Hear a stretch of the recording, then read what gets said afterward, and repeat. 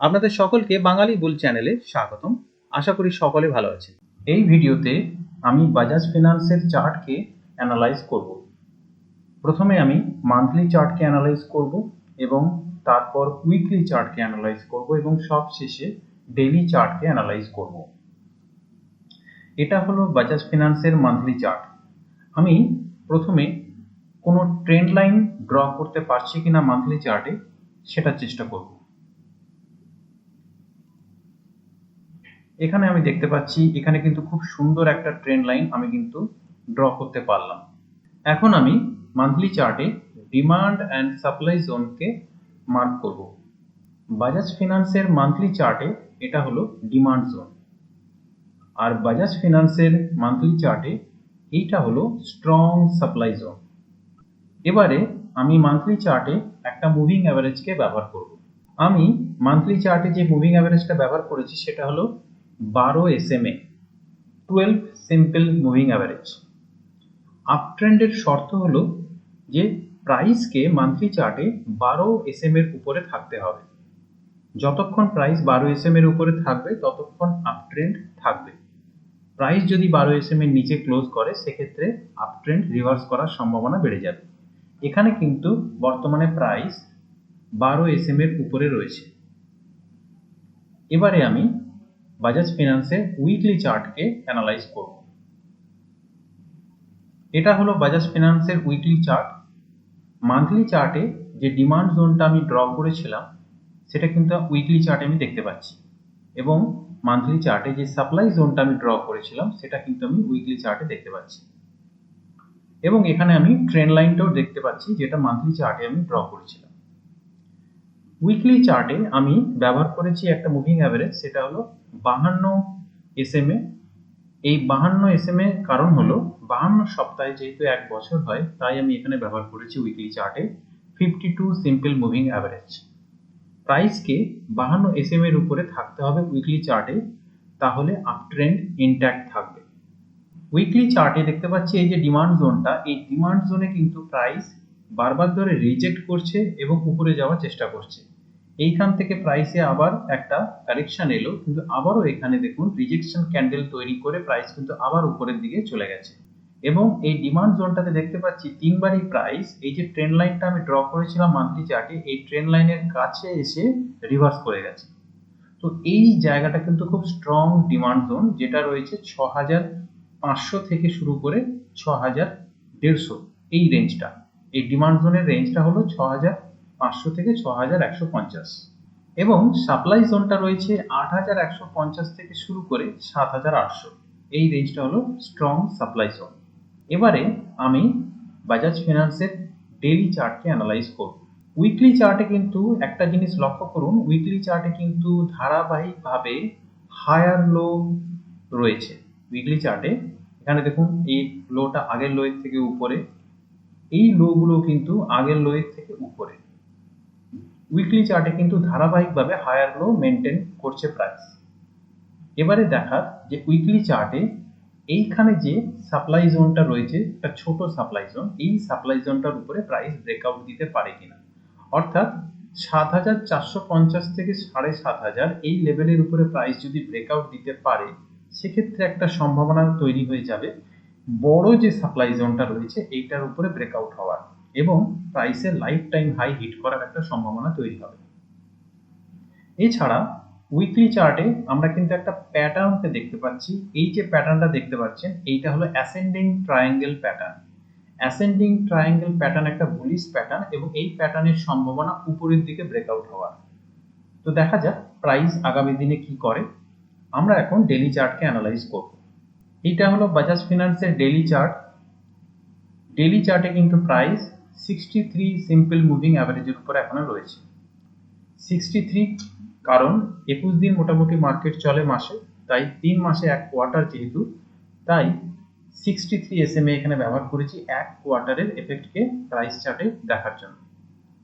Price কিন্তু 63 SMA এর উপরে রয়েছে, 63 SMA থেকে দূরে রয়েছে, যেটা আপ ট্রেন্ডের জন্য যথেষ্ট ভালো, এবং এর থেকে বোঝা যাচ্ছে প্রাইসে কিন্তু এখন স্ট্রং বুলিশ মোমেন্টাম রয়েছে। এখানে যে প্রাইস অ্যাকশনটা দেখতে পাচ্ছি ডেইলি চার্টে সেটা হলো প্রাইস এই হাই থেকে নিচে নেমে যখন লোয়ার টপ তৈরি করলো এবং তারপরে এই যে লোটা এর নিচে ব্রেকডাউন করলো, তারপর থেকে প্রাইস কিন্তু হায়ার হাই তৈরি করতে পারেনি ক্লোজিং বেসিস। এখানে দেখুন, এখানে কিন্তু প্রাইস গেছে এবং প্রাইস আবার নিচে নেমে এসে প্রাইস আবার গেছে, আবার নিচে নেমে এসে এই লোটাকে ব্রেক করেছে, ব্রেক করে আবার উপরে গেছে, আবার নিচে নেমে এসে এখন আবার উপরে গিয়ে এখানে নিচে নেমে কনসলিডেট করছে। এই জায়গাটাতে অর্থাৎ ৭৩০০ থেকে ৭৪০০ এই জায়গাটায় বারবার প্রাইস কিন্তু যাচ্ছে, কিন্তু রিজেক্ট করছে। কিন্তু এখানে একটা খুব পজিটিভ জিনিস যেটা হচ্ছে সেটা হলো প্রাইসে কিন্তু হায়ার লো মেনটেন হচ্ছে, যেটা আমরা উইকলি চার্টে দেখলাম সেটাই কিন্তু ডেইলি চার্টে আমরা দেখতে পাচ্ছি। হায়ার লো প্রাইস কিন্তু মেনটেন করছে। এবারে যেটা দরকার, প্রাইস এর ক্লোজিং বেসিস হায়ার হাই করতে হবে। এই যে গ্রিন ক্যান্ডেলটা দেখতে পাচ্ছেন, এই যে গ্রিন ক্যান্ডেলটা, এই গ্রিন ক্যান্ডেলটার মাধ্যমে কিন্তু বহু মাস পরে প্রাইস এখানে ক্লোজিং বেসিস হায়ার হাই করতে পেরেছে। তো প্রাইসের মধ্যে কিন্তু আগের তুলনায় অনেক বেশি স্ট্রেংথ দেখতে পাচ্ছি। এইবারে এই স্টকটিকে আমরা কোথায় বাই করতে পারি সেটা নিয়ে আলোচনা করব। তার আগে কিছু জিনিসকে আমাদের দেখে নিতে হবে। এটা হলো বাজাজ ফিন্যান্সের উইকলি চার্ট। আমি এই উইকলি চার্টের সঙ্গে আরএস বা রিলেটিভ স্ট্রেংথকে কম্পেয়ার করে দেখব। স্টক বাই করার জন্য যেটা প্রথম শর্ত সেটা হলো রিলেটিভ স্ট্রেংথকে পজিটিভ থাকতে হবে উইকলি চার্টে। যদি রিলেটিভ স্ট্রেংথ উইকলি চার্টের নেগেটিভ থাকে, সেক্ষেত্রে যদি ছোট রিস্কের উপরে বড় রিওয়ার্ড পাওয়ার সম্ভাবনা থাকে, তাহলেই একমাত্র আমরা ছোট পজিশন নিতে পারি কোনো স্টকে। সেটা আমরা কিছুক্ষণের মধ্যে আলোচনা করব। এখানে কিন্তু রিলেটিভ স্ট্রেংথকে দেখতে পাচ্ছি নেগেটিভ রয়েছে, তাই চেষ্টা করে দেখব এখানে ছোট রিস্কে বড় রিওয়ার্ডের ট্রেড পাওয়া যায় কিনা। বাজাজ ফিন্যান্সের চার্টে বুলিশ মোমেন্টাম এখন কেমন তা বোঝার জন্য আমরা আরএসআই কে 3টে টাইম ফ্রেমে দেখে নেব কোন জোনে আরএসআই রয়েছে বাজাজ ফিন্যান্সের চার্টে 3টে টাইম ফ্রেমে। উইকলি ও মান্থলি আরএসআই যদি 60-এর উপরে থাকে তার অর্থ হলো স্ট্রং বুলিশ। উইকলি ও মান্থলি আরএসআই যদি 60 ও 50-এর ভিতরে থাকে এর অর্থ হচ্ছে বুলিশ। কিন্তু উইকলি ও মান্থলি আরএসআই যদি 50-এর নিচে থাকে সেটার অর্থ কিন্তু বেয়ারিশ। আবার ডেইলি আরএসআই যদি 60-এর উপরে থাকে তার অর্থ হচ্ছে বুলিশ। কিন্তু ডেইলি আরএসআই যদি 60 ও 40-এর ভিতরে থাকে এর অর্থ হচ্ছে সাইডওয়েজ থেকে শুরু করে ছোট কারেকশন সম্ভব। কিন্তু ডেইলি আরএসআই যদি 40-এর নিচে থাকে এর অর্থ হচ্ছে বেয়ারিশ। এখানে দেখতে পাচ্ছি মান্থলি আরএসআই রয়েছে 54, অর্থাৎ এটাকে বুলিশ বলবো যেহেতু 50-এর উপরে রয়েছে। উইকলি আরএসআই কিন্তু এখন রয়েছে 57-এ, এখানেও কিন্তু 50-র উপরে রয়েছে আরএসআই, তাই এটাকে আমি বুলিশ বলবো। ডেইলি আরএসআই এখন রয়েছে 64-এ, অর্থাৎ স্ট্রং বুলিশ। তো 3টে টাইম ফ্রেমে এটা কিন্তু বুঝতে পারলাম যে আরএসআই এখন যেটা দেখাচ্ছে এর অর্থ হচ্ছে বুলিশ মোমেন্টাম এখন চার্টে রয়েছে 3টে টাইম ফ্রেমে। এখন আমি বাজাজ ফিন্যান্সের চার্টের সঙ্গে বাজাজ ফিন্যান্স যেহেতু ফিনান্স সেক্টরের একটা স্টক, তাই ফিনান্স সেক্টরের ব্রেথ চার্টকে কম্পেয়ার করে দেখব। নিচে যেটা দেখতে পাচ্ছেন সেটা হলো ফিনান্স সেক্টরের ব্রেথ চার্ট। সবুজ লাইনটার অর্থ হলো যে ফিনান্স সেক্টরে এখন 62% স্টক আপ ট্রেন্ডে চলছে এবং গোলাপি লাইনটার অর্থ হলো ফিনান্স সেক্টরের 13% স্টক এখন ডাউন ট্রেন্ডে চলছে।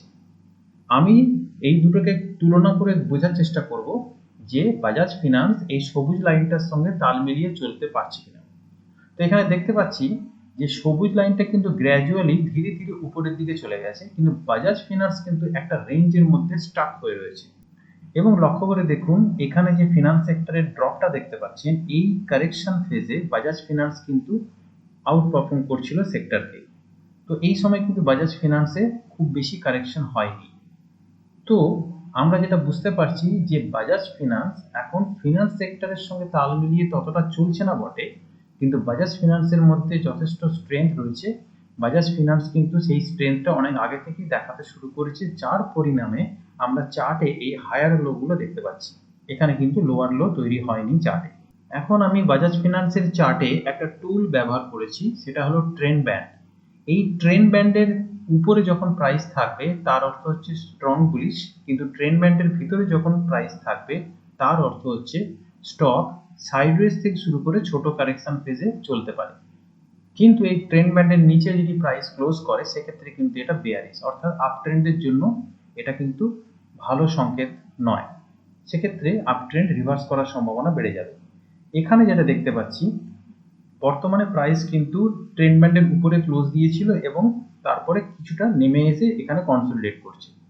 এবং লক্ষ্য করুন, এখানে প্রাইস যখন ট্রেন্ড ব্যান্ডের উপরে চলছিল, তারপরে ট্রেন্ড ব্যান্ডের ভিতরে ঢোকার সঙ্গে সঙ্গে কিন্তু রিভার্স র্যালি করলো, আবার ঢুকলো, আবার উপরের দিকে র্যালি, এবং আবার ভিতরে প্রবেশ করে আবার উপরের দিকে র্যালি।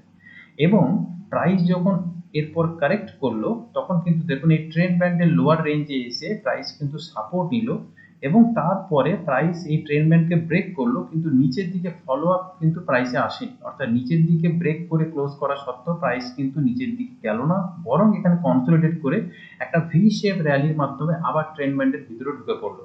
এবং এইভাবে ট্রেন্ড ব্যান্ডের ভিতরে প্রায় 6 মাসের কাছাকাছি কিন্তু কনসলিডেট করছে প্রাইস।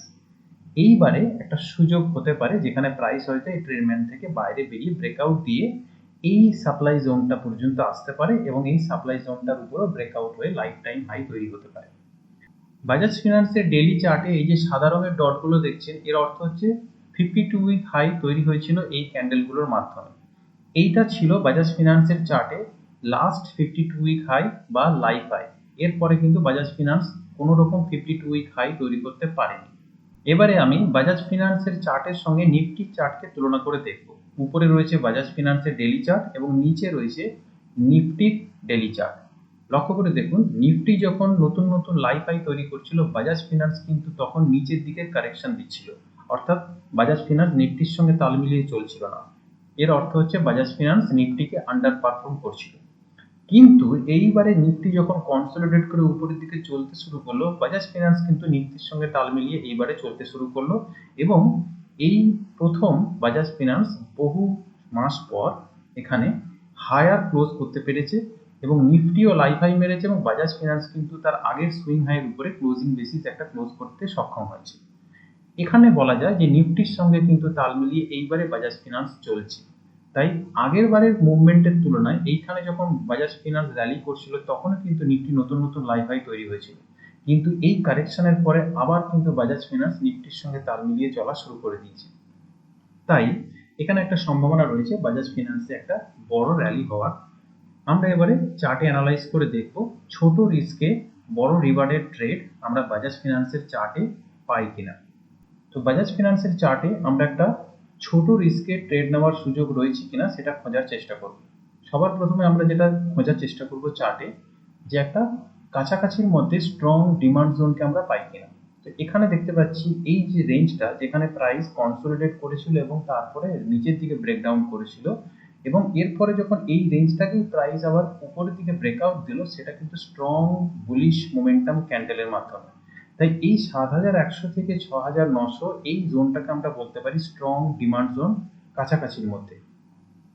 সেক্ষেত্রে ৭১০০ থেকে ৭২৫০ কারেন্ট যেখানে প্রাইস এখন রয়েছে, এই রেঞ্জের মধ্যে যদি বাজাজ ফিনান্সকে আমি বাই করি, সেক্ষেত্রে আমার স্টপ লস থাকবে ৬৯০০-র নিচে প্রাইস যদি ক্লোজ করে।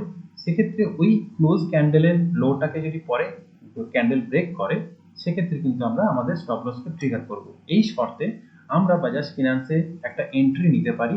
আমাদের কাছাকাছির মধ্যে ছোট টার্গেট থাকবে ৭৮০০, অর্থাৎ এই যে সাপ্লাই জোন, এই সাপ্লাই জোনের লোয়ার পয়েন্টটা, এটা হবে আমার প্রথম টার্গেট, এবং দ্বিতীয় টার্গেট হচ্ছে লাইফ হাই, অর্থাৎ ৮২০০-র কাছাকাছি।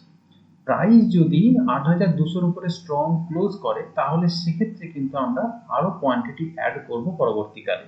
এখানে আপনি ছোট একটা কোয়ান্টিটির মাধ্যমে এন্ট্রি নিতে পারেন এই ছোট রিস্কটার মাধ্যমে।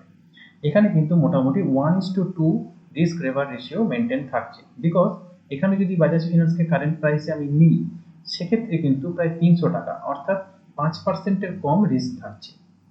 কিন্তু এখানে বাজাজ ফিনান্স যদি লাইফ হাই তৈরি করতে পারে, সেখানে কিন্তু প্রায় ১০০০ টাকা, অর্থাৎ ১২-১৩%-এর একটা অ্যাপ্রিসিয়েশন আমরা দেখতে পাচ্ছি। অর্থাৎ 1:2 রিওয়ার্ড, অর্থাৎ 1:2 রিস্ক রিওয়ার্ড রেশিও মেনটেন করে আমরা এই পজিশনটা কিন্তু নেওয়ার প্ল্যান করতেই পারি। বাজাজ ফিনান্সের চার্টে আমি আমার অ্যানালিসিস আপনাদের সঙ্গে শেয়ার করলাম। আপনাদের কাছে অনুরোধ রইল, আপনারা নিজেরা চার্টকে ভালো করে অ্যানালাইজ করে পজিশন নেওয়ার চেষ্টা করবেন। আমি আমার নিজস্ব অ্যানালিসিস এই স্টকটাতে আপনাদের সাথে শেয়ার করলাম। ভিডিওটা যদি ভালো লেগে থাকে তাহলে লাইক আর সাবস্ক্রাইব করতে অনুরোধ রইল। দেখা হচ্ছে পরের ভিডিওতে। শিখতে থাকুন, সুস্থ থাকুন, এগিয়ে চলুন।